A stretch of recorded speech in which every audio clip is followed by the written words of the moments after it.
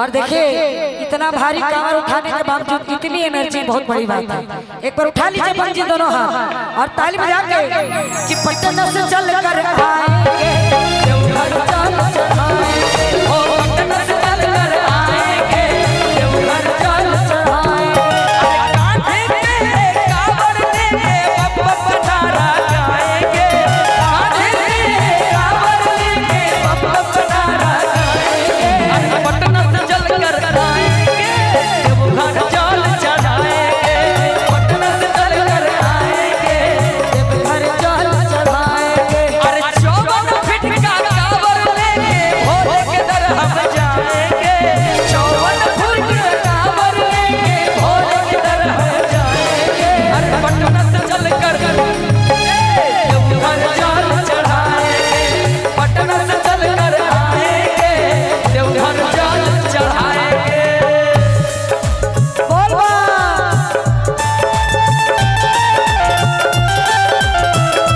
बोल बा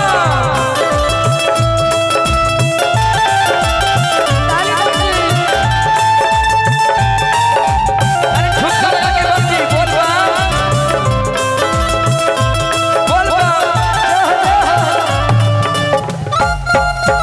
ताली।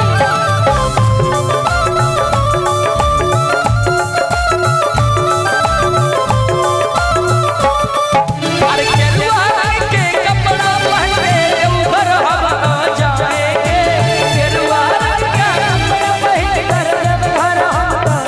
जाएंगे, अरे केरुआ रंग के कपड़ा पहन के आबाद हम जाएंगे, केरुआ रंग के कपड़ा पहन के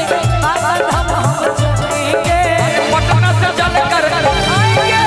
देवघर चल चढ़ाएंगे, पटना से चल कर आएंगे देवघर चल चढ़ाएंगे, अरे पटना से चल कर आएंगे देवघर चल चढ़ाएंगे, पटना से चल कर आएंगे देवघर चल चढ़ाएंगे, अरे पटना से चल कर आएंगे देवघर चल चढ़ाएंगे। और बोलिए हरा हरा कि तू को कवरिया लेके, लेकिन दूधू को कांवर तो सभी को लेके जाते हैं, लेकिन हमारा भाग्य है कि हमारे गांव से ही हमारे घर से हम लोग अपने आप से कांवर उठाते हो। मैं 54 फीट का कहना है क्या कि 54 फीट के कांवर लेके भुलाइलू ना है उठीनवा भी अजाइब देव घरवा ए आमदेव ए आमदेव आजा चाचा भागो नहीं, मतलब कि तुम जा रहे कि हम नीचे आएंगे, नहीं आएंगे कि ये आमदेव ए आमदेव ए आमदेव रुके पहाड़ पर उठाई मोटरी, ए आमदेव रुके पहाड़ पर उठाई मोटरी। तू को कवरिया लेके, तू को कवरिया लेके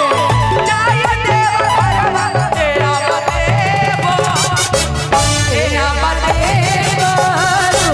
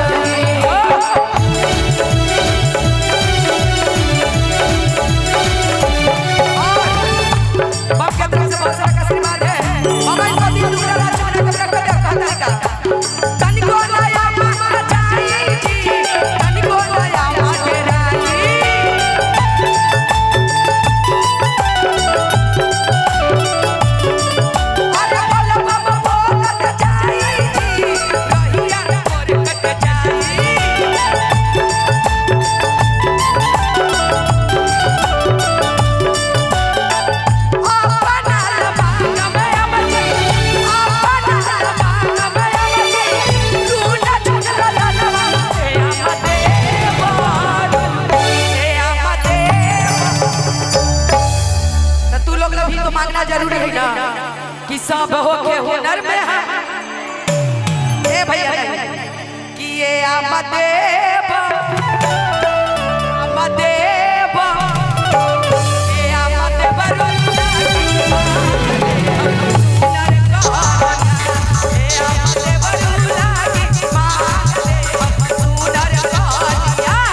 ये आमदेव रुला की मांगले हुनर कहानिया ये आमदेव